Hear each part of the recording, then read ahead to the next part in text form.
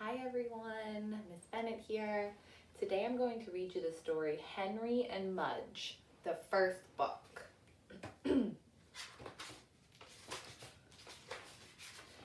Henry had no brothers and no sisters. I want a brother, he told his parents. Sorry, they said. Henry had no friends on his street.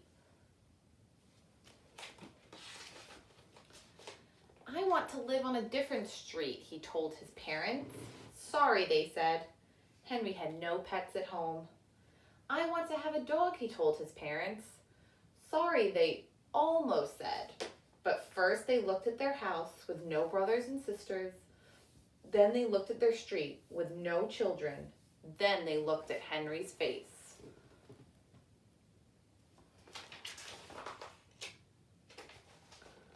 Then they looked at each other. Okay, they said, I want to hug you, Henry told his parents, and he did. Henry searched for a dog. Not just any dog, said Henry. Not a short one, he said, not a curly one, he said, and no pointed ears. Then he found Mudge. Mudge had floppy ears, not pointed, and Mudge had straight fur, not curly, but Mudge was short. Because he's a puppy, Henry said, he'll grow. And did he ever?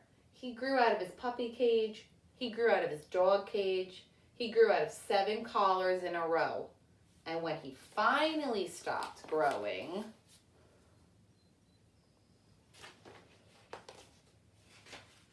he weighed 180 pounds. He stood 3 feet tall and he drooled.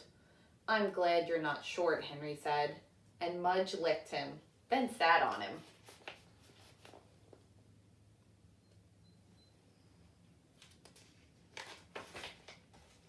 Henry used to walk to school alone. When he walked, he used to worry about tornadoes, ghosts, biting dogs, and bullies. He walked as fast as he could. He looked straight ahead. He never looked back. But now he walked to school with Mudge.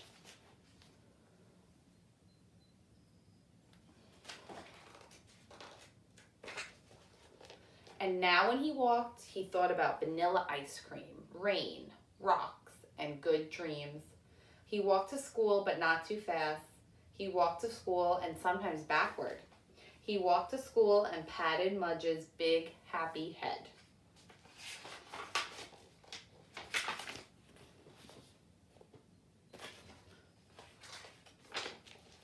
Mudge loved Henry's room.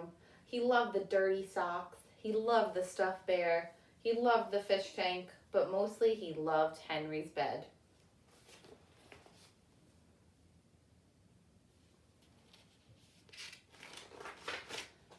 Because in Henry's bed was Henry.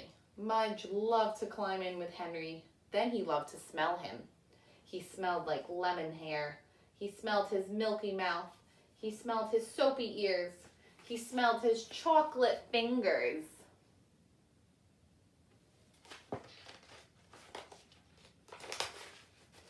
Then he put his head by Henry's head. He looked at the fish tank. He looked at the bear. He looked at Henry. He licked him, and then he fell asleep. One day, Mudge took a walk without Henry. The sun was shining. The birds were flying. The grass smelled sweet. Mudge couldn't wait for Henry, so he left. He went down one road, sniffing the bushes, then down another, kicking up dust.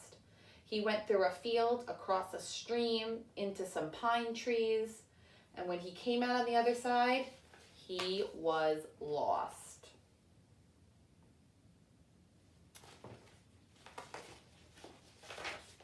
He couldn't smell Henry. He couldn't smell his front porch. He couldn't smell the street he lived on. Mudge looked all around and didn't see anything or anyone he knew. He whined a little, alone without Henry. Then he lay down alone without Henry. He missed Henry's bed.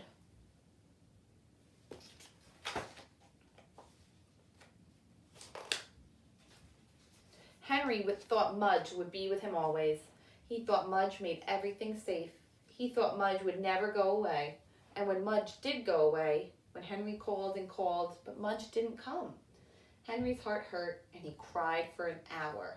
But when he finished crying, Henry said, Mudge loves me. He wouldn't leave.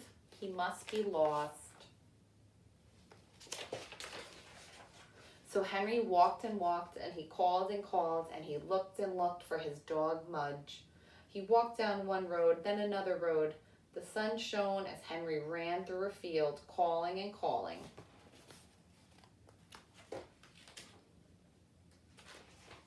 The birds flew past as he stood beside a stream, calling and calling, and the tears fell again as he looked at the empty pine trees for his lost dog. Mudge, he called one last time. And Mudge woke up from his lonely sleep and then came running. Every day when Henry woke up, he saw Mudge's big head. And every day when Mudge woke up, he saw Henry's small face. They ate breakfast at the same time, they ate supper at the same time, and when Henry was at school, Mudge just lay around and wait. Mudge never went for a walk without Henry again, and Henry never worried that Mudge would never leave. Because sometimes in their dreams, they saw long, silent roads, big white fields, deep streams, and pine trees. In those dreams, Mudge was alone and Henry was alone. So when Mudge woke up and knew Henry was with him, he remembered the dream and stayed closer. And when Henry woke up and knew Mudge was with him, he remembered the dream and the looking and the calling and the fear, and he knew he would never lose Mudge again.